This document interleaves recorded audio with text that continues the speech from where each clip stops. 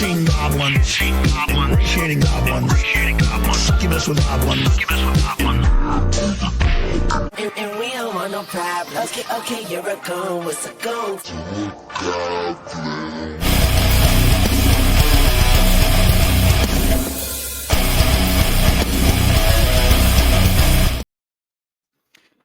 What's up, everybody? Welcome to the casting couch. Nick here. Just kidding. It's me and who used to be Jaden, the artist formerly known as Jaden, back to do another episode of Podgoblin D's Nuts. Jaden, do you want to tell everybody why they can't see you? Yeah.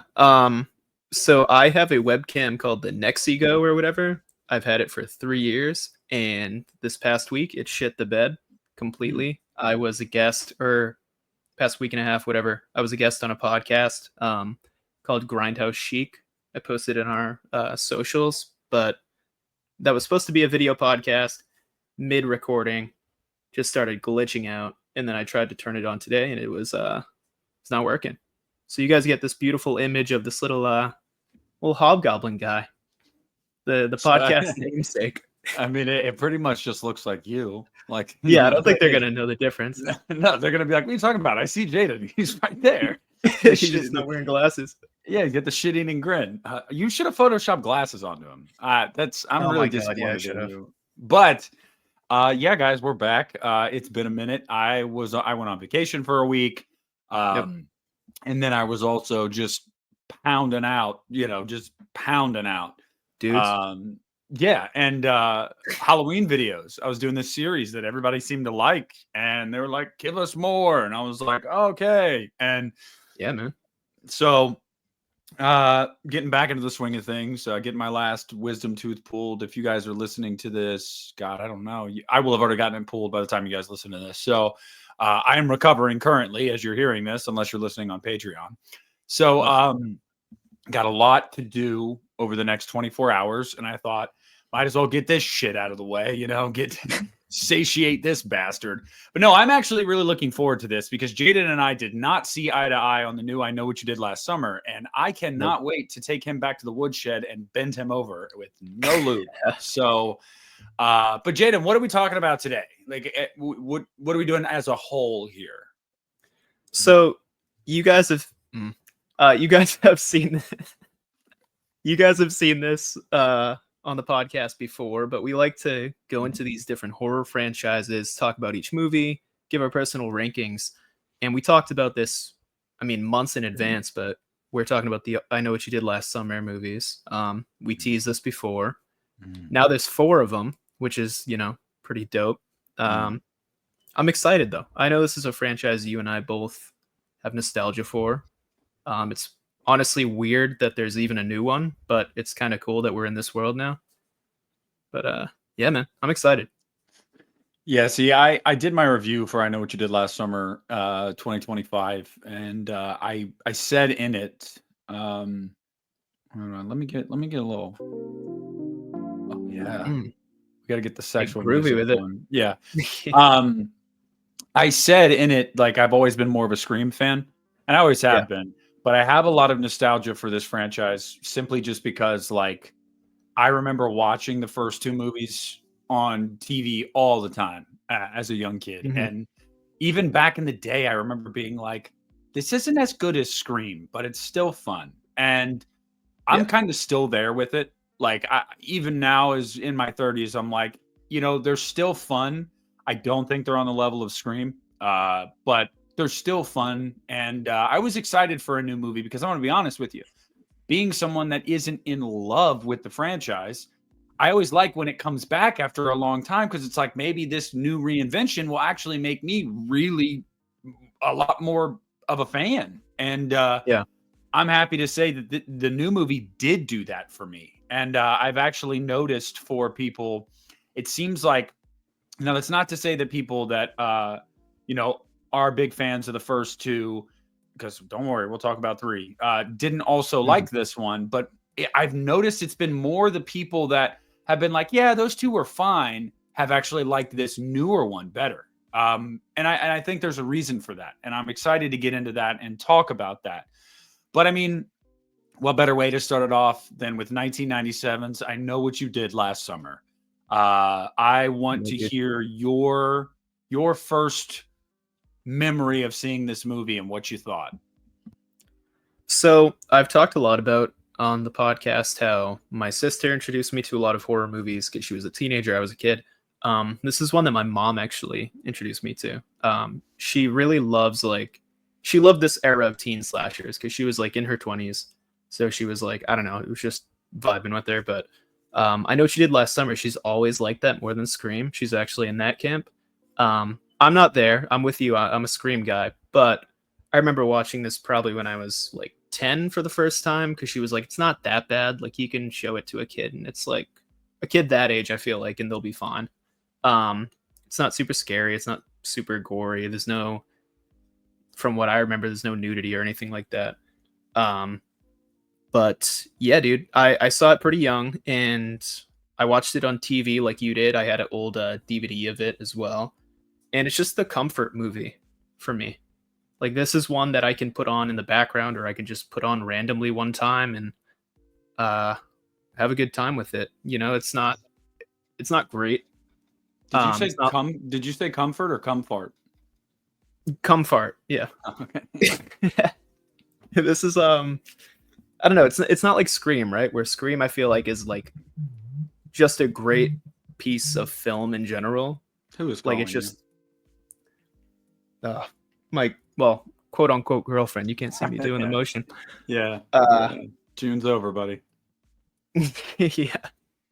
No, but this is a really fun film. Not one that I'd consider like an all-time great horror film, but I still love it and I'll always love it.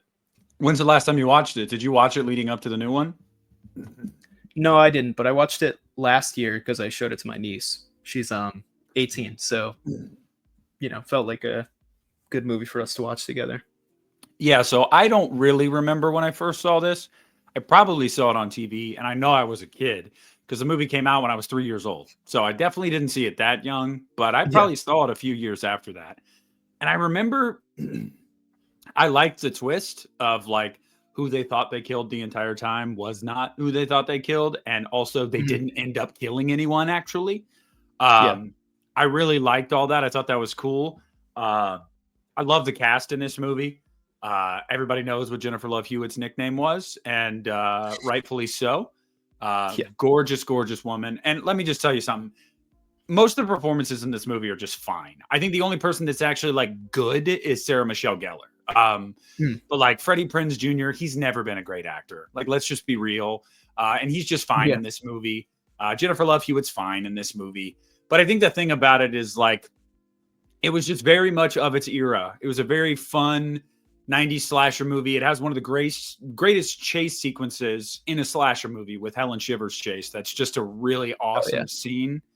But you know, I feel like the movie peaked there. And then when you get to the finale on the boat, I'm always like, okay, this is kind of dragging. Like, I don't think I needed this. So I was always like, I liked it, but I was never in love with it. Right. And I went back and rewatched the first two the day before. I got home on Wednesday evening from Florida and I watched I Know What You Did and I Still Know What You Did, and then went and saw the new one the next day right after work. So I was refreshed for it. And going back and watching it, I feel like my thoughts are still the same. Like, I'm not in love with this series, but the first one is a pretty good 90s slasher movie. And as much as I love, you know, Jennifer Love Hewitt, I almost wonder if Sarah Michelle Gellar should have been the lead, personally. But it's a conversation for another day. So it's a solid movie. But if I had to rate it, I'd probably give it 3.5 out of 5. What would you rate it? Yeah, that's actually right where I was going. 3.5 feels good. It's like right above good, so I'd put in like the pretty good category. What do you think of Ben Willis? Like, we'll talk about him more, but what do you think of him as a killer or a villain? I think the villain is so much more interesting before it's revealed. Like, once it's revealed, I don't know. I'm almost kind of underwhelmed. Like, I'm like, I guess I kind of, even now, I feel like I like the idea more of it being someone with a connection to the person that died or something like that, rather than the person actually dying, because obviously the person didn't die, and it almost feels kind of like a cheat. Although it is really interesting, it does almost kind of feel like a cheat at the same time, because it's like, oh, well, the whole premise of this movie was supposed to be that they essentially got away with murder. Now they have to pay for it.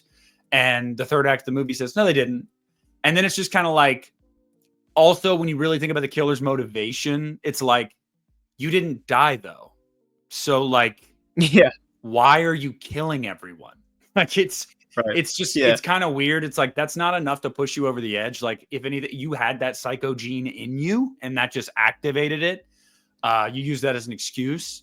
But that's me just like nitpicking, because like, again, this is a late 90s slasher movie. Like, go back to some of those movies from that era and like tell me that the plot was like airtight. It's not, dude. Like, even with the Scream movies, I feel like the first Scream probably has the best. And then Scream 2 is like, you killed my son. Like, it's like, I get it, but I'm just saying, like, that's never really been the strong point of that era of movies. It's more about, did you have fun? And of course, it always had to be, we have to have a cast full of people that look like they're all models. And like, this movie is no exception. But it's super fun. It is. But I've never been a huge fan of Ben Willis. What about you? Yeah, I think I agree. It's we talked early in the year about what was it? The Valentine's horror movie that came out, the slasher. Hard Eyes.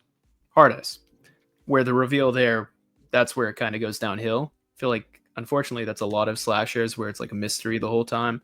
When it does turn out to just be this old guy, like, it's not super exciting. But as you were saying, the design of the character in the hook and everything, like, that's iconic. I mean, that's lived on in the horror pantheon.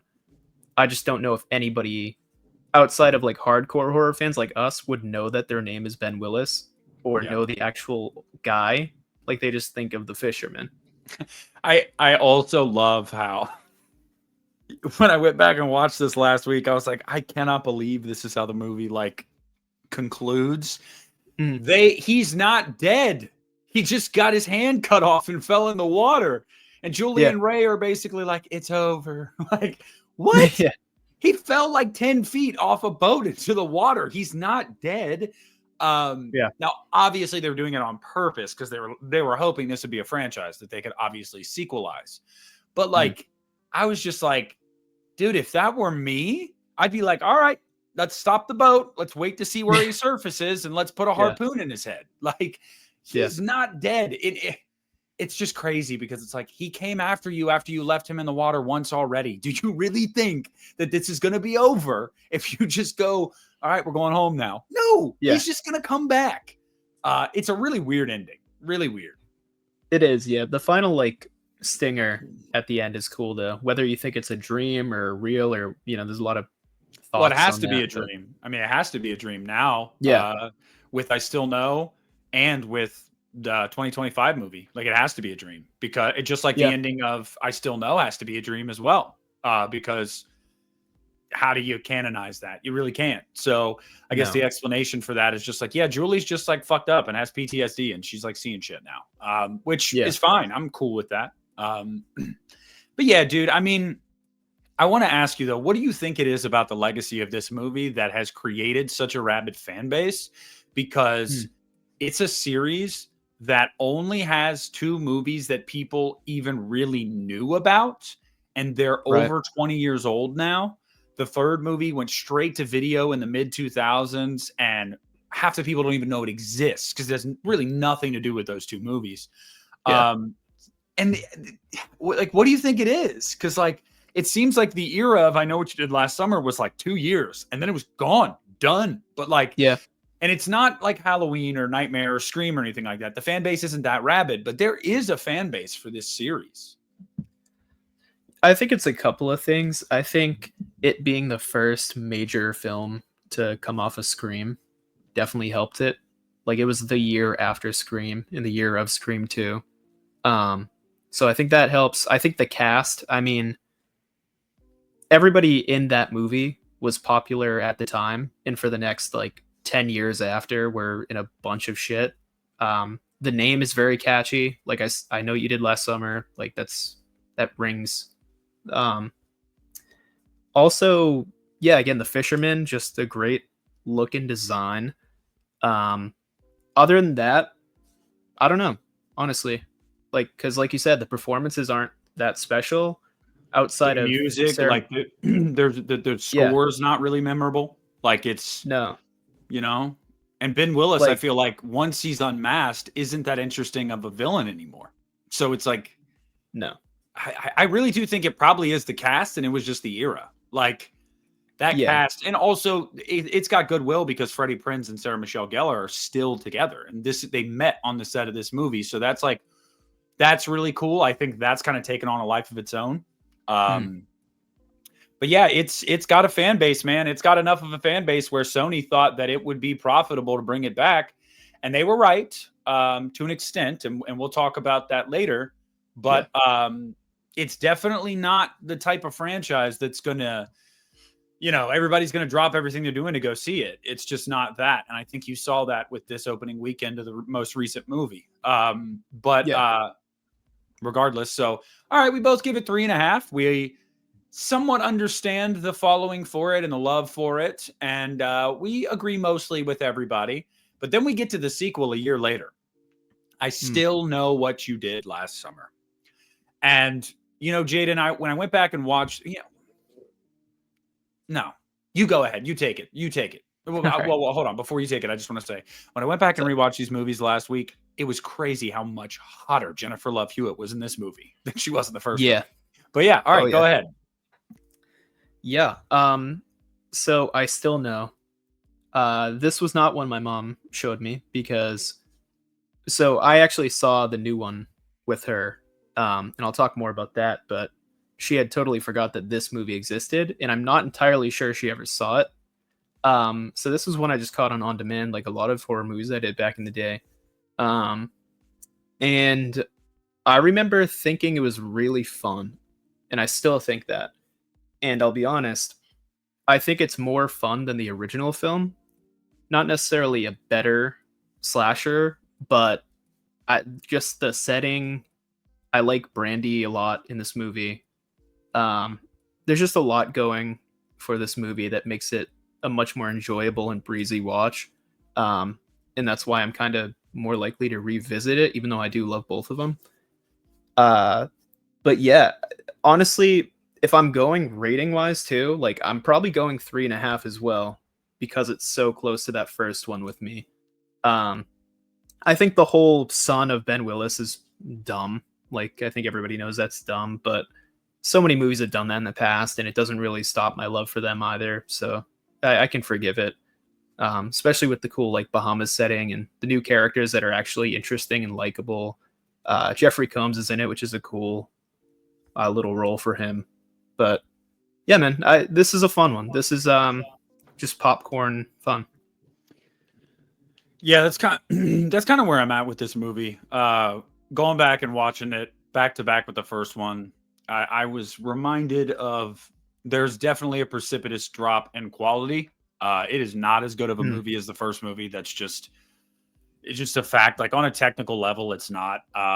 There's a yeah. lot of stuff about this movie that is really, really goofy, and I mean, Jack Black, like they play into that though, to their credit, I would say, not to their detriment. It's not a movie that is like trying to be super serious and it's not working. Like, no, they know what they're doing. So I give them credit for that. I don't dock them. Yeah. You said something about how it's probably not as good of a slasher as the first one. I'll actually disagree. I think this is a better slasher. The Mm, first movie is a better mystery, a better thriller, and just a better movie, I think.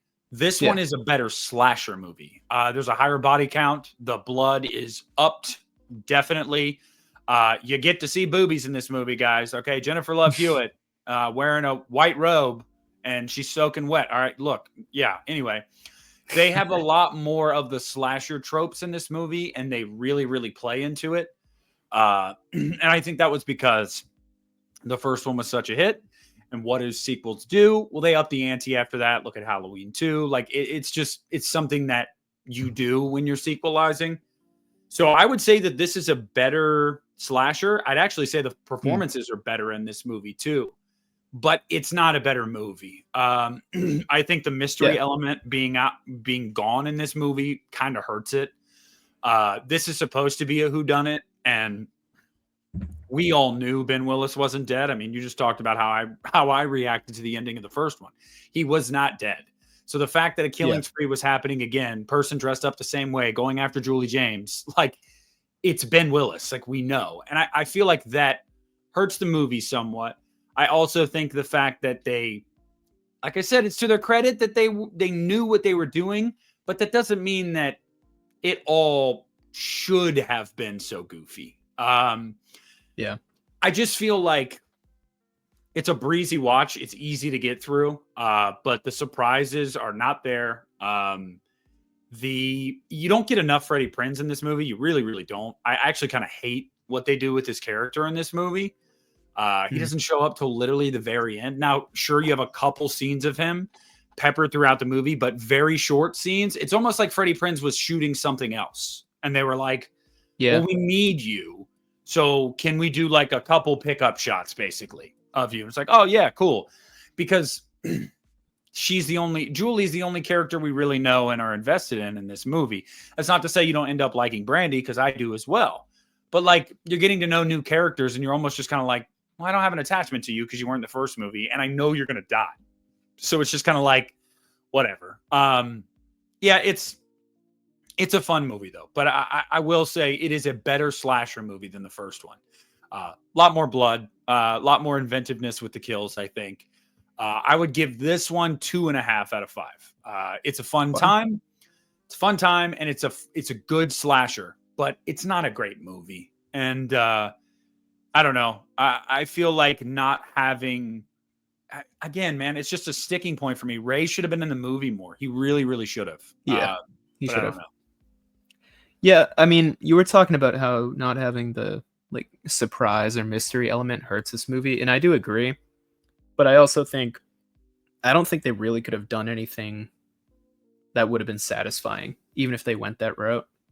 Like, they probably just still would have done the whole the son is the killer thing, and it would have been just as lame. And that's not this movie's fault. If anything, I'll just go back to the first movie and say they should have killed Ben Willis definitively at the end of that movie. That way, when this sequel comes around and someone's starting these killings again, we as the audience know, but Ben Willis is dead. So who the hell is doing this? I think that would have actually created some suspense and mystery there, because again, we would have been like, well, Ben Willis is dead. But they didn't do that. So it's more of a shortcoming of the first movie, but I also don't think the second one handles it all that well in going like, it was his son, and he set up this fake radio phone call to get tickets to the Bahamas. So like, we got to think about that. This, college kid duped them and then paid for everyone to go to the Bahamas? Do you know how expensive that shit is? Like, the logistics are kind of wild. But, it's crazy. Like, I don't know. But again, it's a dumb movie, but it's a fun movie. Yeah. How do you feel about Jack Black? Because he seems like a contentious part of this movie. Like, some people think he's too dumb. Some people like his goofiness. I kind of like him in it. And it's always like trippy to see Jack Black. Like, even though he's in a comedic role, this is like the only serious horror movie he's ever been in.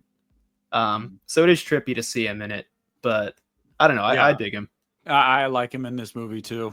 I don't care. His scenes are almost like they will totally stop the movie in a sense of being like, whoa, this is really goofy. But I love it at the same time. He's just got natural charisma, and he just does comedy well. He's got really good comedic timing, and I think he's really good. I like him in this movie, but I think the contention with it is more so that they decided to have a character of that type in this movie. I think that's more of it, is that people were like, well, we didn't need somebody that was super over the top and stupid. Like, it doesn't fit. And it's like, I mean, really though, like in a 90s slasher movie, actually, I feel like that's par for the course. Like, Yeah.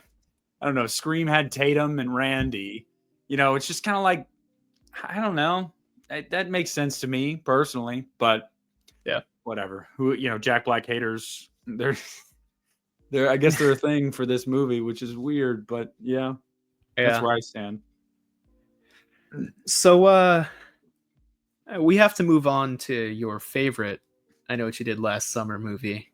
In 2006, we got a direct-to-DVD gem, I'll Always Know What You Did Last Summer. Jaden, you watched this yesterday, right? I did, yeah. Why don't you give the people that experience? Why don't you walk us through your experience yesterday?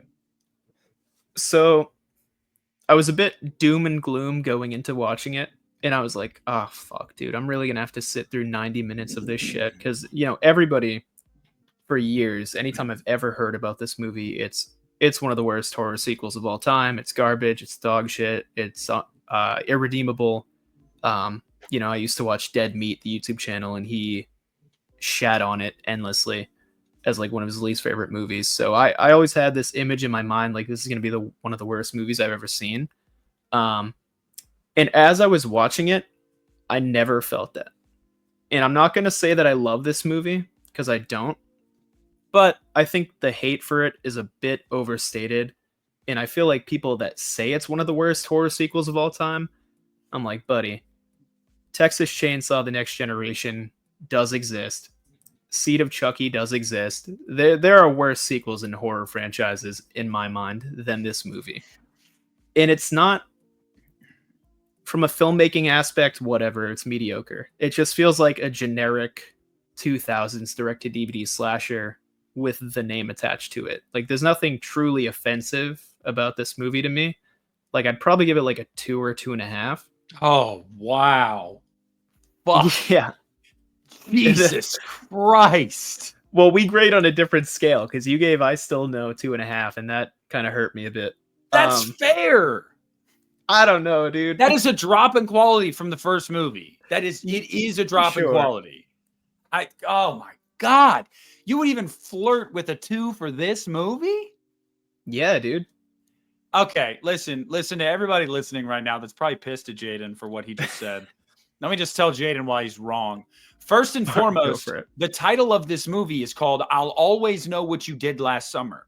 And it has nothing to do with Ray or Julie at all. So first of all, why even title it that? If you might as well just reboot it and title the reboot, I Know What You Did Last Summer, and then just tell a new story about a new group of people doing something and being followed and killed for it. But when you title it, I'll Always Know What You Did Last Summer, the assumption is that it's going to be tied to the first movie. It's not. It's not. Yeah. And that is a bullshit lie. First of all. Second of all, the killer, okay, I like Don Shanks. Don't get me wrong. He's my boy. It's like an undead fucking zombie. Like, what the fuck? We're just going to like totally break the established rules of this franchise, have nothing to do with the previous movies, and have our killer just be supernatural. Dude, get the fuck out of here. Like, already on its face as an I Know What You Did movie, it's just bad by those standards. Here's my biggest problem above all of that. I haven't seen this movie in like 10 years, but I remember enough, buddy, because it really pissed me off. I think you are being kind in saying that, oh, it's just feels like a generic, like straight to video slasher. That's too kind. The acting in this movie is shit. Just like the way it's shot, it looks cheap. The acting is cheap. The kills are cheap. Everything about this movie screams bargain bin at Walmart. Not even the $5 bin. The $1 bin that they're praying people take some of that inventory off their hands. Because that's what this is. Look, is it the worst movie I've ever seen? God, no. Jeepers Creepers 3, far worse. Hobgoblins, shoot me in the face. Leprechaun Leprechaun Origins, kill me. But this one, it's bad, but it's especially offensive because it's just riding the coattails of something that was far more popular, yet not at all paying any respect to it. Like it's just pissing in the face of it. It's like if Scream came out, they announced a new Scream movie tomorrow, and like there was no connection to the killings from Woodsboro. There was no characters from that at all, but they named it Scream 7. Like they named it a sequel. Most of the time when you do that, like you rebrand the name somewhat, telling people we're kind of freshly starting here. Dude, the title will literally tell you, okay, I know, I still know, oh, I'll always know. Oh my God, like he's coming back. No. It's bullshit. It's bullshit. I hate this movie. I really, really do. And I had a bunch of shit going on today, and I was going to rewatch it before some stuff got dropped on my plate. And I was like, I'm not going to be able to get to that. But then I started thinking about it while I was mowing my yard, and I was like, I don't want to. Like, I don't want to watch that movie. Not because I feel like, again, it's not the worst thing I've ever seen, but I would waste 90 minutes watching something that is trying to crib off of my nostalgia, but gives me nothing to justify that. So it's just a wasted 90 minutes of like, okay, that happened. I don't know. I'm done ranting. You can keep going. Well, I think like for me, the reason that didn't offend me as much, because I do hate when movies do that. I mean, this isn't the only case. I never really thought of I Know What You Did Last Summer as like a big franchise. Like I only thought of those first two movies that are kind of open-end books. Like there's, I don't know. Like it's not like Halloween. It's not like Scream. It's not like Friday or Saw or whatever. Here's the thing. And that's, I will make the counter argument. It could have been and would have been if the third movie hadn't been a low budget, straight to DVD bullshit cash grab that didn't have anything to do with those previous movies. If they had made a third movie called I'll Always Know What You Did Last Summer, and they brought back Jennifer Love Hewitt and Freddie Prinze Jr., and it was connected to those movies, and you had a sound trilogy that was coherent, I do think the legacy of the series would be that much stronger. And I don't think it would have taken another 20 years for us to get another movie. I really, really don't. I think that this just garbage pile shot any momentum right out of the sky of us getting a movie again. Like for a while, it took 2 decades. Like had they just pumped the brakes and been like, no, let's not greenlight this straight to DVD bullshit. Let's give it a couple more years. Let's talk with Jennifer and Freddie, and let's try to get something together in the future to have another sequel. Like they should have done that, but they wanted to rush this thing out, probably to keep the rights, probably to make some money. And it's no different than Hellraiser Revelations. I mean, look how badly the public turned on Hellraiser after Hellraiser Revelations. Like it mattered. It really did matter. And I think that's why like nobody watched Hellraiser Judgment, which is actually a solid movie and was created by one of the guys that's been involved in the franchise since damn near the beginning. But nobody watched it because everybody hated Revelations. So it's just like one of those things where it's like they should have just not made this at all. Yeah, I mean, I don't disagree, but I also think it's more like the studio's fault for not making a movie sooner, like a sequel sooner, and doing this weird shit than it is like specifically what this movie is about. Like, yes and no. I mean, Jennifer Love Hewitt and Freddie Prinze Jr. were becoming big names. They were doing a lot of stuff. So like they were probably not likely in the early 2000s to be like, want to come back for a third one? Like, no, they that's why they probably needed to wait a couple years. And they didn't want to. They were like, well, no, we need to make money with it. So fuck them. We don't need them. Yes, you do. I'm sorry, you do. We're not going to talk about the Amazon series. I haven't watched it. I have only heard bad things about it. And what's a common thread there? It doesn't have either one of them or any connection to the first movie. That's where the nostalgia lies. It lies with Southport and Freddie Prinze Jr. and Jennifer Love Hewitt. That's what the bedrock of this franchise is. And that's just kind of why I'm like, who gives a shit about this movie? Like Jaden loves it. Jaden, I'm going to title this episode Jaden. We're going for it. Listen, dude, I honestly just think like a lot of it is a case of they just made it too late, and they made it too late. They made it direct to DVD, and sure, the stuff of it, like, I mean, it is a bad movie, but it's not like, I don't know. I don't think they expected anything. Like, I don't think they expected this franchise to take off when they put this out. I think they just wanted to fart out a movie with the license to try to trick people into buying the DVD. Yeah, they expected And money. then tie it in. Yeah. Yeah, And that's bullshit. That pisses me off because, like, I guess that's fair. I don't know. But- And this is coming from somebody that's not a huge fan of the franchise writ large. Like, it's not something that I've ever been like, I go to bed at night with my blankie and my I Know What You Did Last Summer VHS. Like, it's Right. not what I do. But, like, still, it's just, I would imagine, like, someone that's a bigger fan of this franchise than me, probably seeing that movie for the first time, they were like, you're fucking kidding me, right? Like, they just shit this thing out. Like, I'd have been pissed. Yeah. So just give it 2. Give it 2. You know you want to give it 2 stars. I'll give it 2. I think that's Holy fair. Fuck! No, that's it's fair. not. Dude, You Hey, listen. lying son of a bitch. You are mentally fucking ill. You are fucked in the head. 2 stars? Do you Yeah, know dude. what a 2-star movie is, Jaden? yeah, man. I'll tell you I know what it is in two-star my mo- mind. What's better, this or Halloween Resurrection? Resurrection. And you'd give Resurrection what? I'm not gonna say, but Probably I fucking would 2 or 2.5. That's not a 2. Not a 2. I'll say that.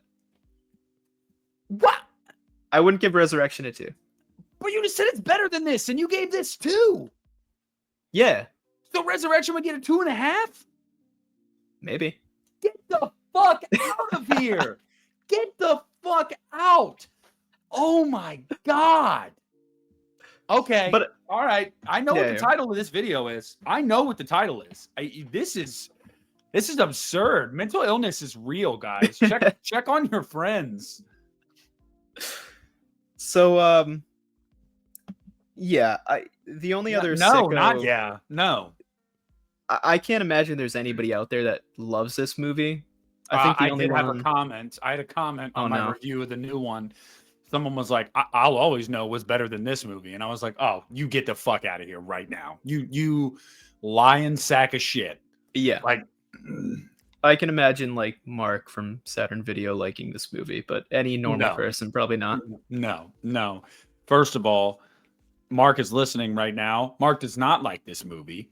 Second, Wow. how dare you? All right. You're the one that just gave it 2 stars. You guys, Yeah. Jaden has no room to talk. None at all. And that'll just Amen. tee us off right here with I Know What You Did Last Summer 2025.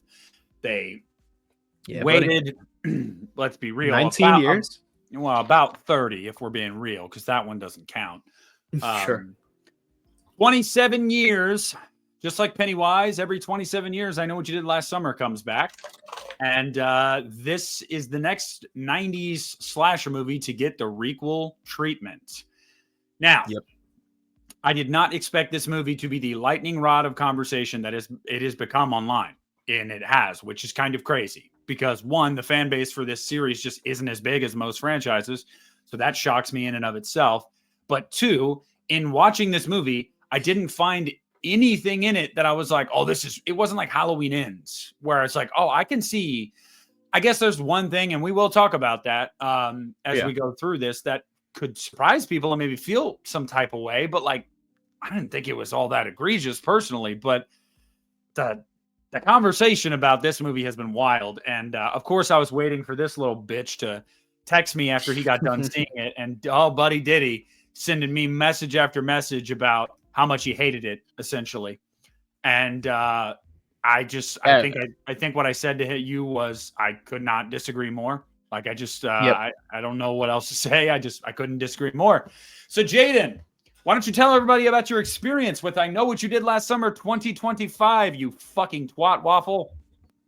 All right. So I Know What You Did Last Summer 2025. We got to come up with a better way to say that, by the way, because that's fucking wordy.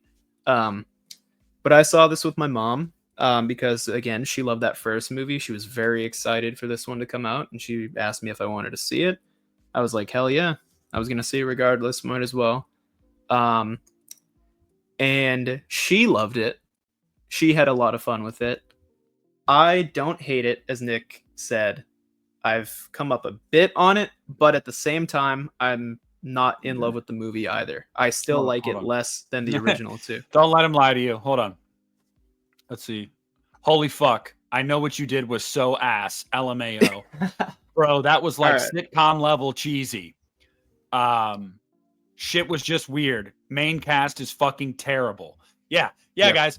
Beyond cringe. Yeah, but no, he didn't hate it. No, because that's what I thought. Yeah. Okay.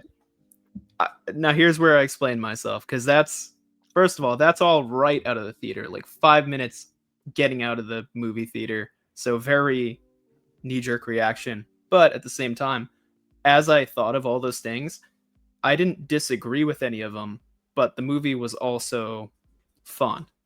Like, I did have, like, I wasn't bored at any point watching it.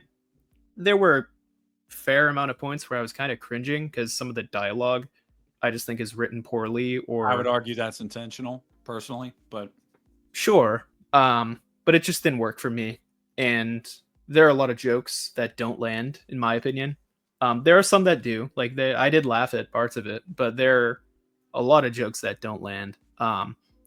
There's a lot of like lines from the original movie and things to catch you with a nostalgia wave that are in this that I don't think are particularly done well. And I don't really like when any movie does stuff like that. I didn't like when Alien Romulus did it. I don't like when any of the 75 Jurassic World movies do it. But anywho, I'd probably land on a 3 here because that's above average. I did have fun with it, but there's a lot I didn't like, and it brings it down. But I mean, I can't really sit here and honestly say now that it's a shit movie. But yeah, you love this movie, right? It's like 10 stars or whatever. You fucking piece of shit. All right, so this is why I really wanted to come at you about your 2 stars for I'll Always Know.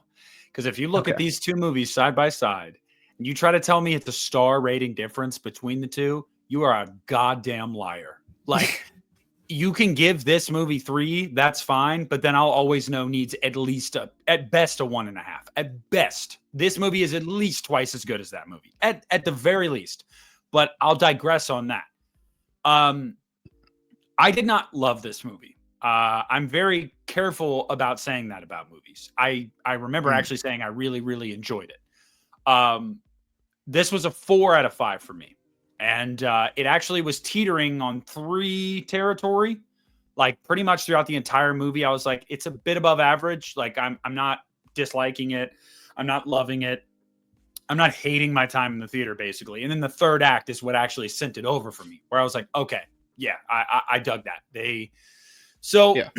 For me, going into this, I knew what I was expecting because the director, Jennifer Caton Robinson, had said like a month ago in an interview that this movie was just a big, dumb, campy slasher. Like, she literally said that. She's like, this is silly. This is not meant to be taken like super seriously. This is just a dumb, fun slasher. And so I went in going, this is not going to be a movie that's going to be trying to say something. You know, it's not going to be trying to like be this really like rooted in reality, deep experience. And so I said, okay, can I put myself in the frame of mind to enjoy a 90s style slasher? Let's find out. And I feel like it delivered. The fisherman's look in this movie, I think, is the best it's ever been. Just very big and imposing. I love the sound design with the footsteps. I mean, it was like, it just gave a weight, both a literal and like figurative weight to the character when the character's on screen. And I really liked that. I was really worried I was going to hate this new cast. And I was just going to be like one of those things where I was like, please just give me the OG people, kind of like Scream 5. I was like, I'm probably not going to like this new cast. I'm actually going to say I like this cast better than I like Scream 5's cast. I'm just going to be totally real. I did not like Melissa Barrera in Scream 5, but I loved her in Scream 6. Didn't care all that much for Jenna Ortega in 5, but I liked her in 6. I feel like a lot of those characters came into their own in their sequel. And in this one, I feel like Danica was great. She was actually the one I was most worried about being annoyed by because she had that line in the trailer of like, I need to start drinking. And I'm like, oh God, she's going to be like this TikTok Gen Z dumbass. And I'm happy to say she's actually not. Like, she's actually sweet. Like, she's not a bitch. She's not a bad person. Like she's Yeah. she's kind of ditzy, but like she has a bubbly personality. Like I just really liked her. I thought she was a scene stealer. The actress's name is Madeline Klein. I really liked her. A lot of people were talking about the girl who played Ava, Chase Sui Wonders. She was fine. I didn't find her particularly good or particularly bad. She was just fine. The guy that played Milo, he was fine.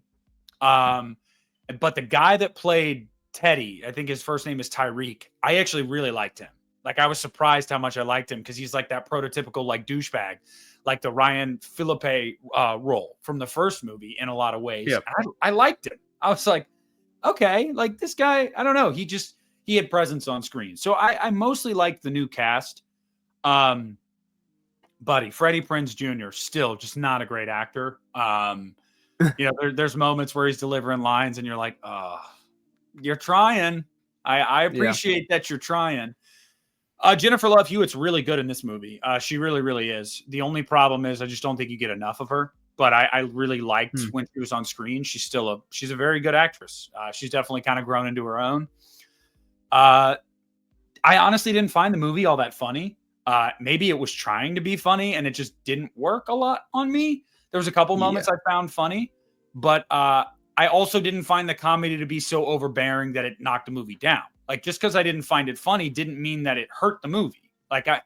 It wasn't like everybody stop what you're doing and listen to this joke. And then when the joke doesn't land, it's like, oh damn, secondhand embarrassment. Like, no, it didn't feel that way. But the line about not going to the Bahamas from Freddie Prinze, I laughed out loud. Like, and multiple people in my theater laughed out loud. Like that was like, holy shit. That was good.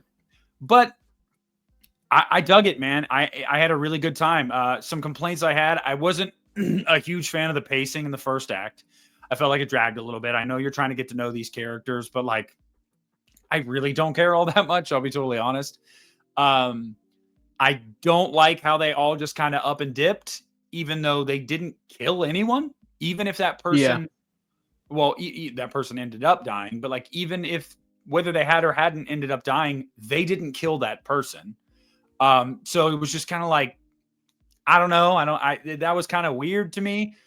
And I didn't like that Sony chopped down so much of the gore. And I spoke to somebody who told me that was a Sony decision. They definitely neutered some of the gore in this movie. I hope the Blu-ray has an unrated cut because I know there was more shot. But everything else I liked, man. I did. I thought it was a solid movie. I like it better than Scream 5.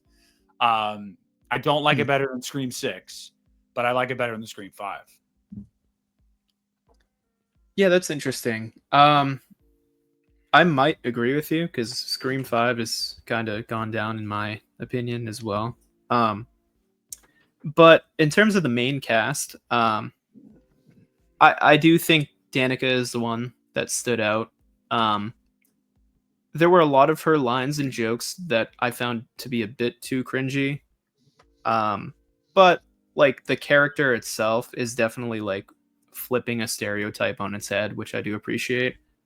Everyone else, though, I couldn't really care less, and I found Teddy to actually be like actively obnoxious at times. That was the fucking point. I know, but I don't know, dude. Like, it wasn't like I didn't enjoy seeing any of them on screen. They were just kind of there for me. Except Danica. Danica, I actually every time she was on screen, I don't know. She just kind of, I feel like she took away from the other people, because she was just a better actor than the ones that she was around personally. Like I actually didn't have a problem with that because whenever she was on screen, I was like, she's great. Yeah, she is a better actor for sure. I'll agree with that. In terms of like legacy characters, though, the whole dream thing with Sarah Michelle Gellar was pretty dumb. Like I think they just wanted that for the nostalgia pop, like so people would be like, "Oh wow, look." They did, but they did set it up earlier in the movie when Danica was aware of Helen and they had that connection of whatever she won back in that movie. She was like, oh yeah, she won it too or whatever. So like they set up a connection that Danica clearly kind of had an admiration for Helen Shivers. So had they not set that up, it would have been totally out of left field. Even though they did set it up, it was still nostalgia bait, like clearly. but I Yeah. felt like it was set up enough for me to be like, okay, I can see why. Like, she has an admiration for this person, and now that she's going through the same thing this person went through, for her to have a fucked up dream with this person in it, I can see that. I get why they did it. I think it would have worked a bit more for me if they had done like another quicker dream sequence, maybe very early on in the movie. It should have been Jennifer Love Hewitt that had a dream of Sarah Michelle Gellar. Yeah, I agree. Because they with were that, best for sure. friends, for her to have nightmares, PTSD from that, and that would have made more sense. I knew going into this movie Sarah Michelle Gellar was in it. I knew like 3 months ago. Somebody told me, yeah, they brought her back and they de-aged her, and it's a dream sequence. And I said, okay, that's all I need to know. My thing was, I thought it was going to be Jennifer Love Hewitt, so that's why I didn't really bat an eye at it. I was like, okay, that makes sense. So when it ended up being Danica, I was like, that's kind of interesting that you would give her the dream. Right. But again, they set it up enough to where it didn't surprise me, but I will totally concede that it was nostalgia bait. Totally. I think this franchise still regrets killing her, if you want to know the truth. Yeah. I heard your review and I do agree. This movie's got balls, dude. Like, making Ray one of the killers was like, it's what I wanted going into it, but I never thought in a million years they were actually going to do it. So I was very happy with that. You don't really see like these legacy sequels actually making the legacy characters turn evil, which is cool. And that's also like realistic too, right? Because like people deal with trauma in different ways. I like Ray and J Love's, how the fuck am I forgetting her character's name? Julie. Julie and Ray, like I like how they've kind of split apart and don't like each other, because I also think that's pretty realistic. I mean, in the first two movies, they're not a healthy relationship. No, it's and not a power couple. Definitely not. No, and they're still kids too, so it's like, like they probably wouldn't have been together later on. I like that they did that, and I like the whole end fight, even if some of the lines are cringy. Like, I don't love where she's like, so what are you waiting for? Like, that was like, it was funny, but also like super cheesy and pretty bad. I kind of found it on the nose in a good way. I kind of found it like it was almost self-referential in the sense of like, here's the killer's monologue. And it was almost her way of being like, dude, like, get on with it. Like Yeah. stop monologuing. Stop. Yes, it's a quote, her most famous quote from the first movie, but like, I feel like it worked at the same time, because it was like, he's over here going crazy, talking, woe is me. And it's just like, what are you waiting for? Like, if you're going to kill me, just fucking do it. And so, like, I don't know. It reminded me in a way almost of like Allison and in Halloween Kills. And I actually thought about that moment when she's saying, do it. In Halloween Kills, because I remember seeing that in the trailer, just like I saw this in the trailer, and I was like, I don't know. And then seeing it in the context of the movie, I was like, okay, it works enough. Yeah. What do you think of the other killer in the movie? Because I personally don't really feel anything one way or the other towards her. I think her performance isn't particularly good. And I think some of her lines like didn't seem realistic for somebody trying to murder people. Yeah. I mean, look, man, I told you that this was like a fine movie for me up until the third act, and that's what put it in the good territory for me. And that's because, look, let's just call a spade a spade. The actress Sarah Pigeon, who is playing the first killer reveal, she is very clearly trying to be Mikey Madison from Scream 5. She's like, she's really going into it, and she's trying to like be all unhinged and stuff. And I'm just like, it's not a bad performance. Don't get me wrong. I'm not going to shit on the performance. I just felt like it was kind of out of left field. Like, she's very like quiet and reserved and throughout this movie. And then it's just kind of like, I don't know. Like, I don't know if I buy that. But here's the thing for me, sitting in the theater, I remember going, you're not going to do this to me. You're not going to pull some Scream 4 bullshit where you tell me that this skinny chick that 90 pounds soaking wet was fucking these people up. There is absolutely no way I'm going to buy that. I'm sorry. You just can't get me to buy it. And then when Ray shoots her and she falls off the boat, I was like, that was really anticlimactic. Like, it just kind of happened. I'm like, there's no way this is the end of the movie. Because, like, that just didn't feel conclusive at all. It just felt weird. Something was off. And as soon as it's revealed about Rey, that's when I was like, okay, you son of a bitch, I'm in. Because I can totally believe that Freddie Prinze Jr. could have done the things that the fisherman did in this movie. And going back and looking at it, I have to watch it again. But, like, for example, the sequence where they're in the place where Helen was chased and, you know, the podcaster dies, that's Freddie Prinze Jr. in there chasing them. And that makes sense to me because he has the physicality for that. I almost wonder if he did most of the kills, to be frank with you. I hope so. Probably. But yeah, no, I didn't care much for her one way or another, but I really liked the reveal of Rey. And it was for a few reasons. One, people bitched that Scream played it way too safe. Didn't take enough risks. It didn't take enough chances. It coddled its legacy characters. I mean, go down the list of complaints that people had with those movies. So then this requel goes, okay, you're right. Let's not coddle them. Let's not treat them like they're untouchable. And then people are like, how dare you do that to Rey? Look, you can't have it both ways. You absolutely can't have it both ways. You either have to side with wanting them to play it safe or you have to side with them taking big swings, but you can't have it both ways. And I'm somebody that wants to see them take big swings. So for him to be a part of it, not only did I like it, I found it believable too, because he kind of snapped and it makes sense. Like, they went through hell, you know, decades ago. Everybody's sweeping it on the rug. Everybody's acting like it didn't happen. Nobody cares. Everybody's trying to forget the history of Southport. And for a guy that went through that, you would be like, how in the fuck can we just sweep this under the rug and act like it never happened? Like, I almost died multiple times and nobody cares. So I understand that. And I also understand, you know, after him and Julie broke up and probably how that impacted him as well. The only thing he had was that I can't remember her name, the character's name. She was like his rock in a sense. He was there for her. And so when she was wronged by these people and it just kind of played into his narrative he had already been building, he was like, fuck it. Like, we'll just take matters into our own hands then. Like, I totally bought it. And furthermore, why are we acting like Rey is some untouchable? Dude, it's Freddie Prinze Jr. from I Know What You Did Last Summer. What the fuck are we talking about? This isn't Sidney Prescott or Laurie Strode. Like, no. Rey's hardly in the second movie. And in the first movie, he's pretty much being fingered as the killer for the first hour of the fucking movie. Like, everybody thinks it's him. So why the fuck is anybody like, how could you do that? Like, in the first movie, they're trying to get you to believe it's him. Like, I don't know. I just didn't feel like he was a sacred cow. I really don't. I mean, the only person that probably would have pissed me off would have been Jennifer Love Hewitt, because I don't think that would have worked for Julie's character. No.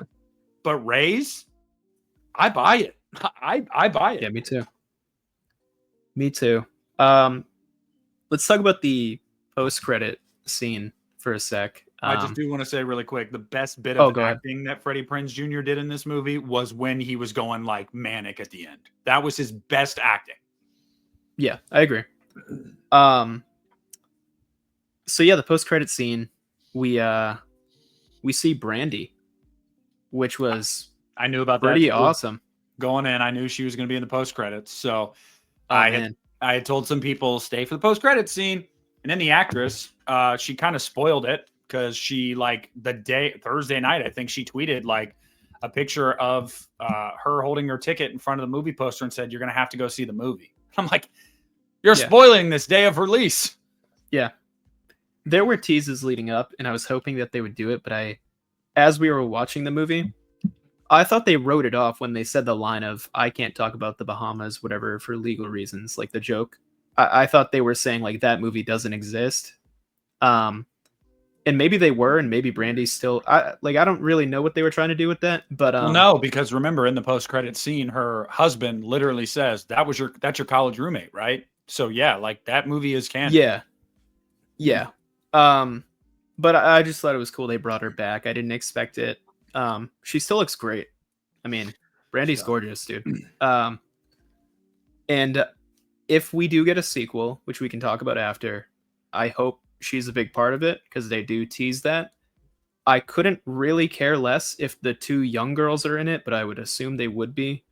They do mention, like, I think at the ending they mention offhand that Stevie isn't dead, Yes, right? she's And they alive. kind of just joke about it, which felt weird as well. Like I was like, I don't know why they'd be so blasé about it. I liked that joke. She was like, "So we're gonna have to kill her, right?" Yeah, like I It actually was kind of like that.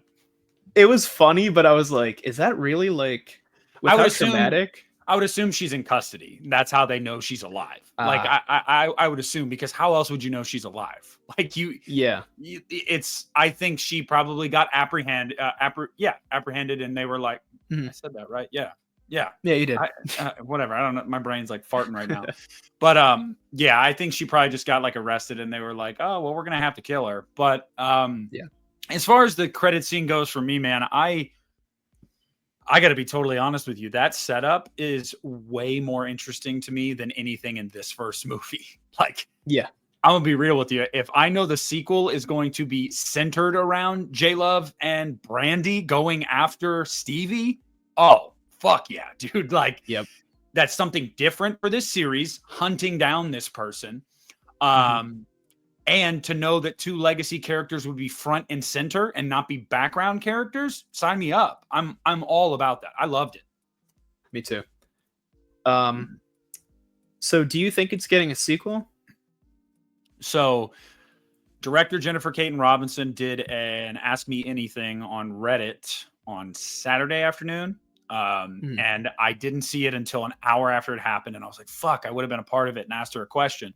But I went through all the questions that she answered, and she answered multiple times to people that she does know where the next movie is going to go if they get the chance to make another one. And so, Yeah.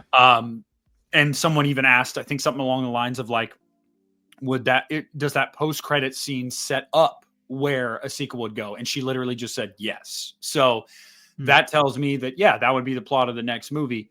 Here's the thing. So if I'm not mistaken, I want to get the exact number, but Yeah. I know what you did last summer was made on a budget of 18 million. I do know that off the top of my head. And it opened worldwide to 24.4. 25?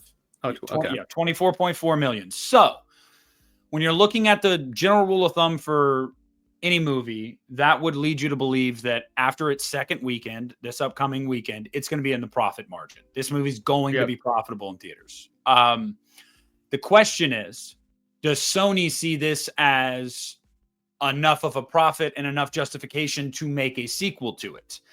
Right. You want my opinion? I think they were hoping for more of a 20 to 25 million domestic opening, not a 13 to 15 million domestic opening. Yeah. But I think they also had unrealistic expectations because this ain't Scream. This ain't Halloween. It's just, you should have known even back then, dude. The first one opened to 15 million, and so did the second one in their opening weekends. They were not huge openings. The difference was they had good legs. They both had, solid legs for weeks, and they made both. Well, the first one made over 100. Second one made, I think, like 80 million. 80. Yeah. So you're looking at this one probably when it's all said and done between 60 and 70 million. I would say worldwide when it's all said and done. If I'm Sony, does that justify a sequel? Yeah, that's about 4 times your budget. That would definitely justify a sequel. Yep. But will they do it? I got to be honest with you. I don't think so. I think that they were hoping to make more. Yeah. It's also like, I mean, we literally saw 25, 30 years ago when I Still Know made over 3 times its budget. Like that would have qualified for a sequel if you're talking about profits, but never happened, at least in the, a theatrical sequel along those lines. Pretty soon after, we never got that. Well, part of that is because that movie was trashed. I think it has a 9% on Rotten Tomatoes. Like that movie got trashed. Yeah.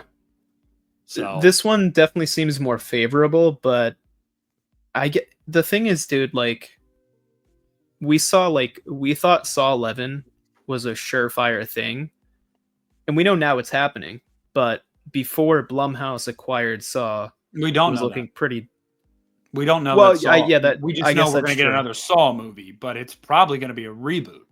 Yeah, That's true. So we might not ever see, a conclusion to Saw X's story that they set up. And that made a fuck ton of money.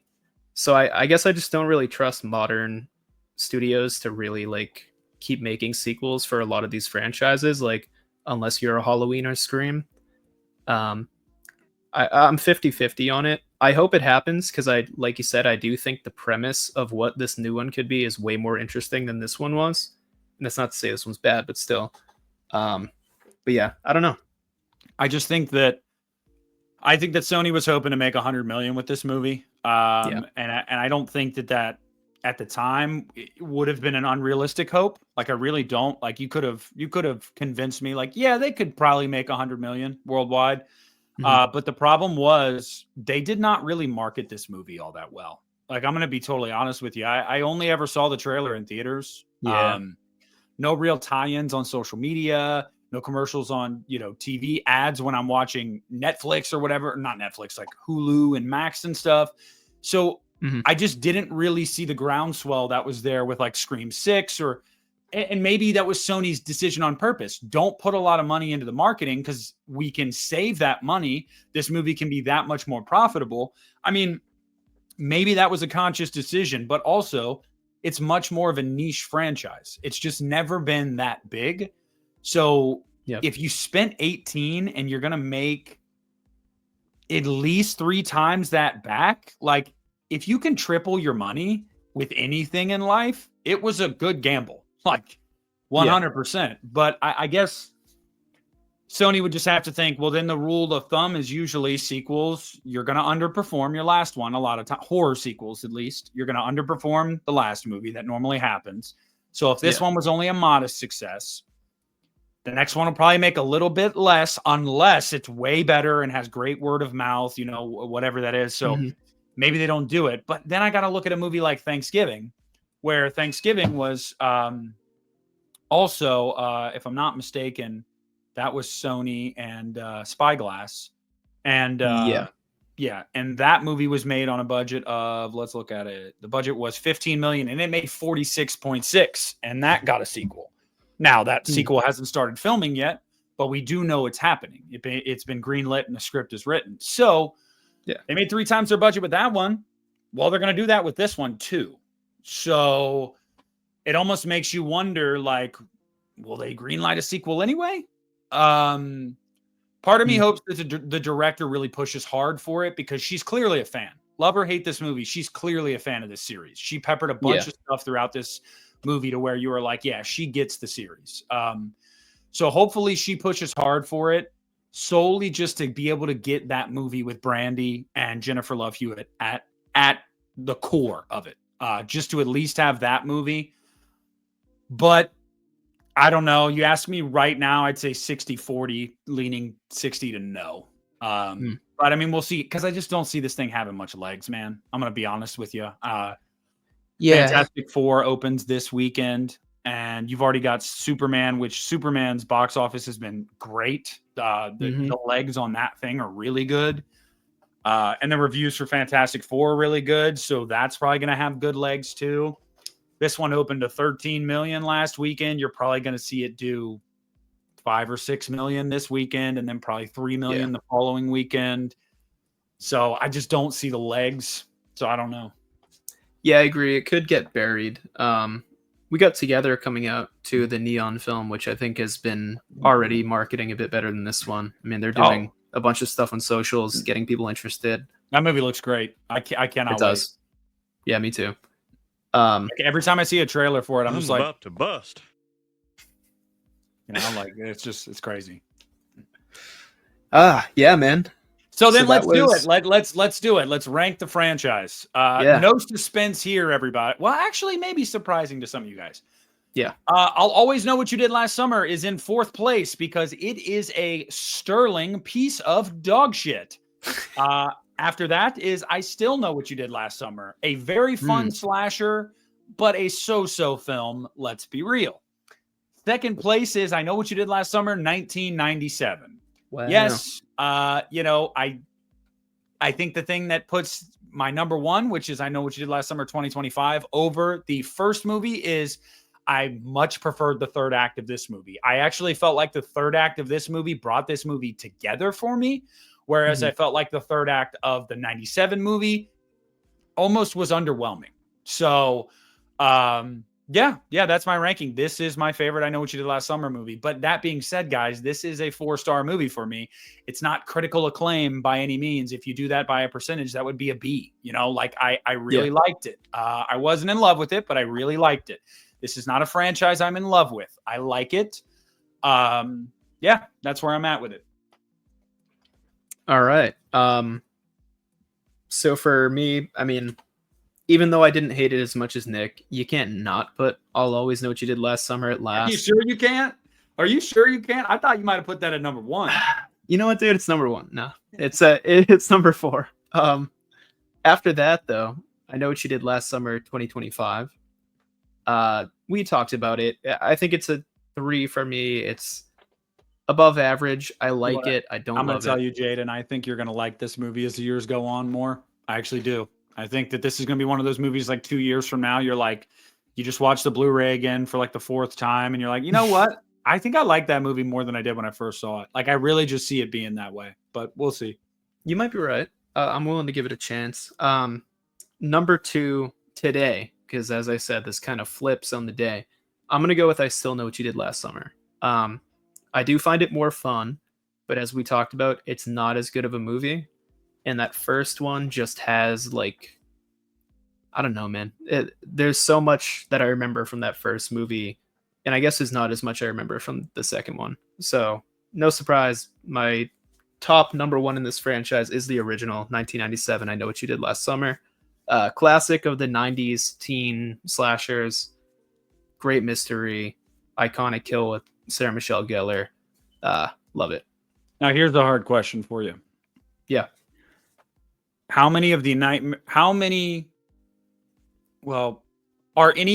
I Know What You Did Last Summer movies better than a Scream movie? And if so, what Scream movies? Because I'm not a huge fan of I Know What You Did Last Summer, but I would say that I would put this 2025 movie over Scream 4, Scream 5, maybe Scream 3, maybe. And all that is to say, and that's my favorite. So I guess that's the question I ask you. Your favorite out of this franchise, it being the original, how many Scream movies do you think that movie is better than? Honestly, I think I like it more than every Scream besides the original and 6. Okay. Like 2 through 5, because I don't think any of them are bad, but I don't think any of them are incredible. Like they all teeter the 3.5 for me. And I don't know, dude. Scream 6 fucking rules. I don't care. Scream 6 is so fucking good, dude. That movie rules. So good. And then, yeah, the first, I mean, that's like a 5-star fucking film. That's like one of the greatest horror films of all time. Yeah, but I would honestly give pushback and say Scream 2 is only a smidge below the first one. It's very similar to the first one in a lot of ways. It ups the body count. I think it ups the ante a little bit. It's not as ingenious as the first one and not as surprising. So I would say that's like a 4.5 out of 5 movie for me. But Scream 2 is really fucking good. Like it's one of those sequels where it's like, and I don't like the opening. I think the opening's stupid of that movie. But yeah, everything else I really like. Yeah, Scream 2 is cool. I think it's kind of like a Halloween 2 to Halloween thing for me, though, where I do like it a lot, but it's still lesser than the original, where I think the original is like a legit masterpiece. I think both of those direct sequels are pretty good. But we'll talk more about Halloween and Scream in separate episodes, especially Halloween coming up this year. Yeah, so we won't be doing a Scream episode until February, guys. And that is because we're going to be doing that coinciding with the release of probably one of my most anticipated movies, Scream 7. Hell yeah. But Jaden, what's on tap for us next? It's going to be at least a week before we can record again, because I'm not going to do a lot of talking over the next week because I'm going to have stitches in my mouth. But what remind me of what we had on the docket. So you and I had discussed doing we have TCM next month. We do have TCM next month. yeah, TCM in like late August. I was thinking like maybe last week or the week before last. But you and I had talked about doing an underrated horror movie episode because we both realized we actually hadn't done that. We'd done overhated and overrated, but underrated, I would say, is more like movies that genuinely don't get talked about enough that are good and they don't get hate or love. So that would be maybe our next topic: underrated horror movies like hidden gems. We got TCM coming up. We got to find something in between there, and we can discuss that. But I know we want to do the Conjuring franchise because I believe Conjuring 4 comes out in September. Yep, we'll be doing that. And we're really going to be not doing the that far. whole thing. We're doing the whole thing, and we're including the Curse of La Llorona because I don't give a fuck what Warner Brothers says.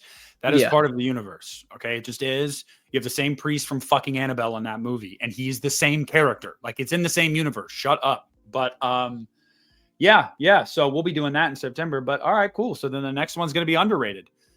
Movies that y'all are wrong about, or that maybe you're not wrong about, but you just don't know.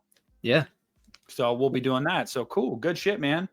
Yeah, man. Well, I think that's going to do it for us, guys. I'm surprised we stretched 4 movies into an hour and 15 minutes. I know. That's pretty impressive. I shudder to think what the Halloween episode is going to be like. It's going to be a long one. Oh my god, dude! But it's gonna be like a Tarantino film.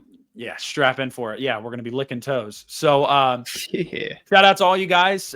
Thanks for listening to this. Leave a like on it. Share it with your buddies, with your friends. And until next time, we'll see you guys next week at some point, probably later in the week next week. But until then, just stay fat, stay happy, stay sassy, and